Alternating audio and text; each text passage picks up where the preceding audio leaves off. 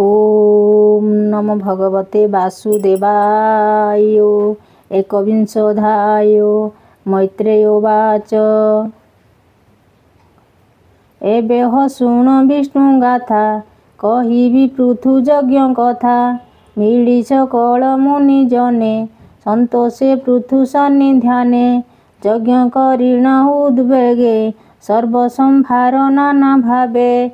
आरंभ कले ब्रह्मावर्ते, सुप्राची सरस्वती तीर्थे।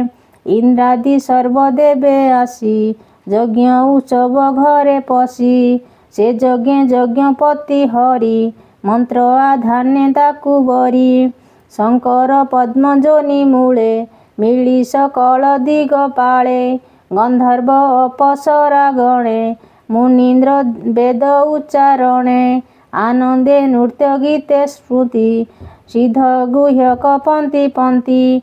दानव किन्नर सकळे, से यज्ञे मिलिले गहळे। से पृथु राज्य वसुमती, बत्सासुରରେ प्रियवती। कामधेनुर प्राय होई, सर्वसंपद देला मोहि। नदी जे दुग्ध रस जळे, सधीरे बहन्ति कलोळे। घृत संजोग दधि अन्ने, तोषे भुजन्ति सर्वजने। सर्ववृक्षरे मधुपन्ति, जिमुत प्राय बरसन्ति। समुद्र नाना रत्ने पुरी, गर्जन्ति उल्होळे लहरी। सर्वत्र तोषी दुग्ध अर्ण, देई रंजिले पृथु मन। लोकपालंक लोक तुले, सर्वसंभार शस्य तुले। यज्ञ करण विष्णु अर्थे, सर्व संपादिले समस्ते। पृथुर यज्ञारंभे चाहि, वासव मने विचारई। ए पृथु शतत्रतु कले, लभिब इंद्र पद भले। मोर संपद जीवनाश, एमंत बोली छाड़े श्वास। यज्ञर किछि दिन अन्ते, आत्मार हित चिंती चिते। यज्ञ पशुकु हरि नेला, निज भुवने विजे कला। आकाश मार्गे इंद्र गला, पाषाण्ड धर्म आचरिला। धर्मे विभ्रम तार मन, सभय चिते छन छन। अत्रि जे थिले यज्ञशाळे, असुर हरण जानिले। पृथु पुत्र कुराई बेगे, इंद्रर कर्म तांक आगे। कहिले असोहर बाणी, पृथु नंदन ताहा शुणी। धनुक सर घेनी हस्ते, बेगे धाइला शून्य पथे। डाकई रह रह बाणी, सभये इंद्र ताहा शुणी। निज शरीर छिन्न कला, जटिल रूप प्रकाशिला। भस्म भूषित बेश चाहि, पृथु नंदन विचारई। जटिल भस्म एहा गात्रे, एहाकु मारिबि केमन्ते। एमंत मने विचारिला, इंद्रकु बाट न छाड़िला। तार रहिबा पथ देखि, अत्रि यज्ञशाला उपेखि। डाकई मार मार बेगे, ता शुणी इंद्र शून्य मार्गे। भये चाहिला दश दिशे, स्वभावे केहि नाही पासे। कहई इंद्र बेगे मार, स्वभावे यज्ञ अश्वचोर। एमंत अत्रिर वचने, जानी धाइले कोप मने। धामई अति क्रोध करी, हस्तिकी जेसने केसरी। पाशव देखि त्रास मने, अश्वकु छाड़ी अंतर्ध्याने। होइला शून्य मध्य जाई, पृथु नंदन विचारई। पशु परशु घेनी महारोषे, इंद्रकु चाहे दश दिशे। न देखि पूर्ण यज्ञ स्थाने, मिलिला अत्रि सन्निधाने। ताहाकु रजु हस्ते धरी, अत्रि चरणे नमस्कारी। तार अद्भुत कर्म देखि, मुनिये नाम उपलखी। विष्णु उच्चारी पुण्य धाम, देले से विजिताश्व नाम।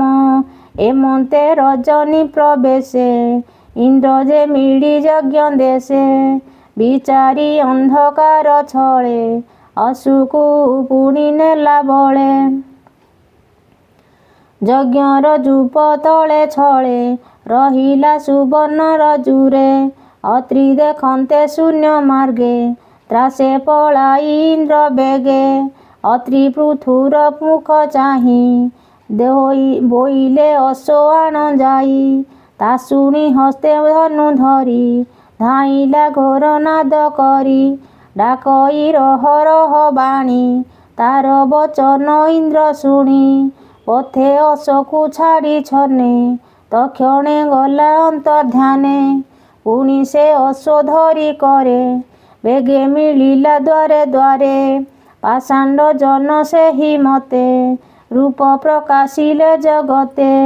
ପୃଥୁର ଯଜ୍ଞ ଘର ସ୍ଥାନେ ଇନ୍ଦ୍ରର ଦେଲେ ଯେତେ ରୂପ ଛନେ। ପାଷାଣ୍ଡ ସେହି ରୂପ ଚିନ୍ତି ଅଧର୍ମ ଧର୍ମ ବିଚାରନ୍ତି। କେ ଲଗ୍ନ ରକ୍ତ ପଟ ଧରେ କେ ଭସ୍ମ ଭୂଷଣ ଶରୀରେ। ଅଧର୍ମ ମାର୍ଗ ଆଚରନ୍ତି ଆତ୍ମାର ହିତ ନ କରନ୍ତି। ପାଷାଣ୍ଡ ମାର୍ଗେ ଥାଇ ନିତ ଭୂଷଣ ଦେଇ ବେଦ ପଥେ। ତାହାଙ୍କ ମତ ଯେ କରନ୍ତି ଅନ୍ତେ ନରକେ ପ୍ରବେଶନ୍ତି। ଅଶ୍ୱ ଚୋରାନ୍ତେ ଇନ୍ଦ୍ର ପଥେ ଛନେ ଧଇଲା ରୂପ ଯେତେ। ସେ ରୂପେ ପ୍ରକାଶି ପାଷାଣ୍ଡେ ନିଗମ ନିନ୍ଦିଲେ ବ୍ରହ୍ମାଣ୍ଡେ। ସେ କଥା ଶୁଣି ପୃଥୁ କୋପେ ଇନ୍ଦ୍ର ଝିଙ୍ଗା ସେ ଦେହ କମ୍ପେ। ଇନ୍ଦ୍ର ମାରଣେ କୋପ କରି ନିଜକୁ ଦଣ୍ଡ କରେ ଧରି। କୋପନ୍ତେ ଅରୁଣ ନୟନ ପ୍ରଚଣ୍ଡ ବିରାଜେ ବଦନ।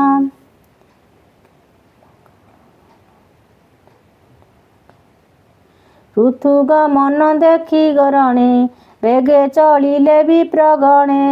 ଇନ୍ଦ୍ରର ହିତ ଚିତେ ବହି କହନ୍ତି ପୃଥୁ ମୁଖ ଚାହିଁ। ଶୁଣ ହେ ପୃଥୁ ଧର୍ମ କଥା ଆଗମ ନିଗମ ଯେ ପ୍ରଥା। ଦେବଙ୍କ ଦେହେ ଇନ୍ଦ୍ର ତେଜେ ସେ ତେଜେ ଦେବ ଯଜ୍ଞ ଭୁଞ୍ଜେ। ଏଣୁ ଇନ୍ଦ୍ରକୁ ଜାଗେ ବରି ମନ୍ତ୍ରେ ଅନଳେ ହୋମ କରି।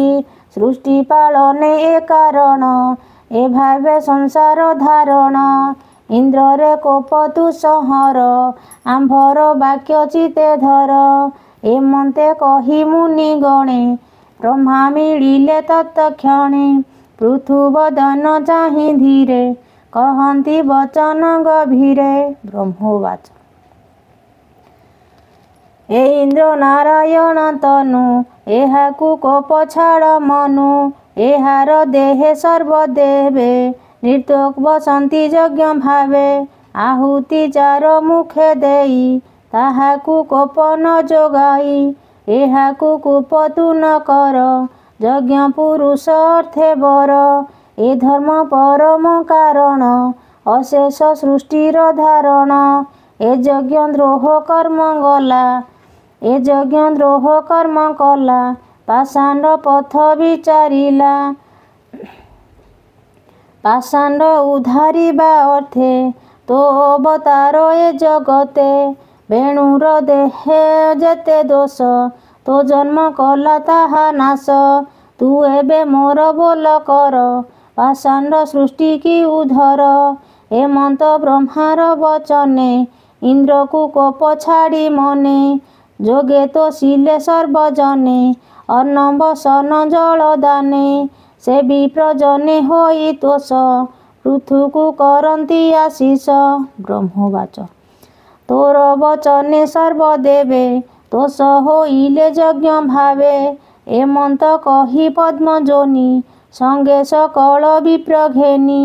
ମୈତ୍ରେୟ ବାଚ ତକ୍ଷଣେ ଗଲେ ନିଜ ସ୍ଥାନେ ଶୁଣ ବିଦୁର ତୋଷ ମନେ।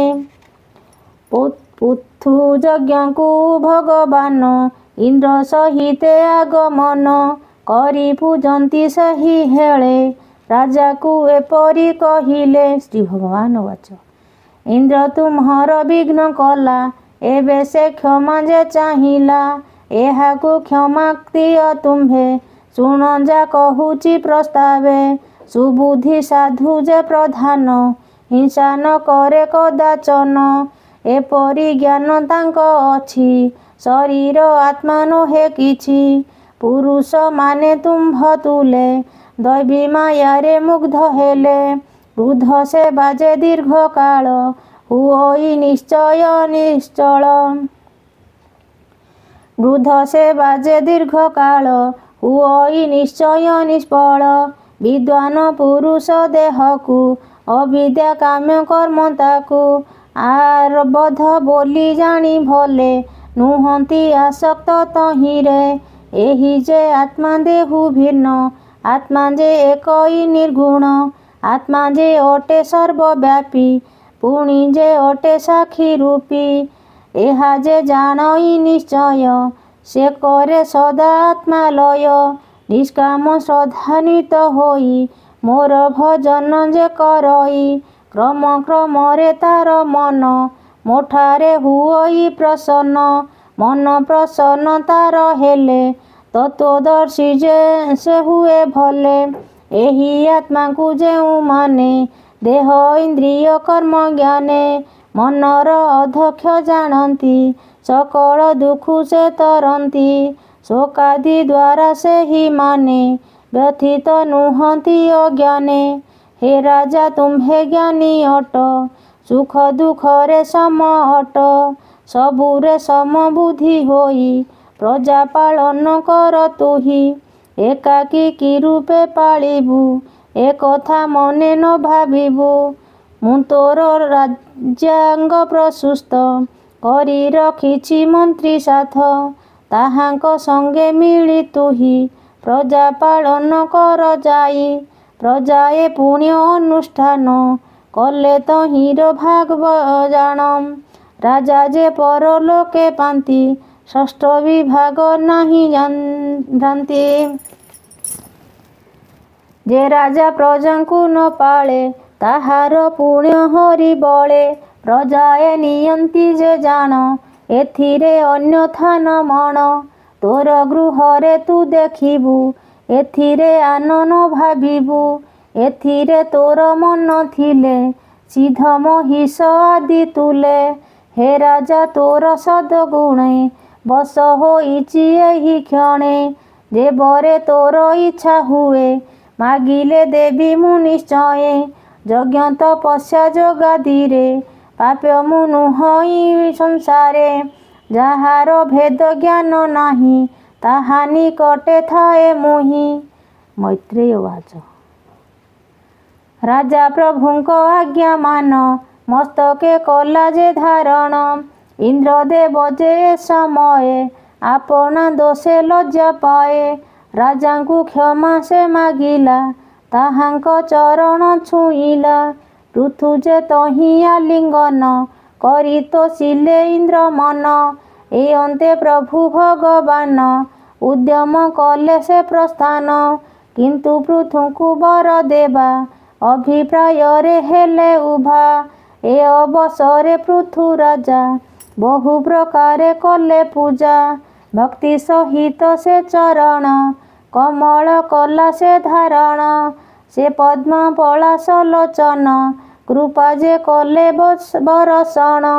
ପୃଥୁ ତାହାଙ୍କ ଦର୍ଶନ ସ୍ତବ କରଣେ କଲା ମନ। ଲୋଚନ ଅଶ୍ରୁରେ ପୂରଣ ହେବାରୁ ନ କଲା ଦର୍ଶନ।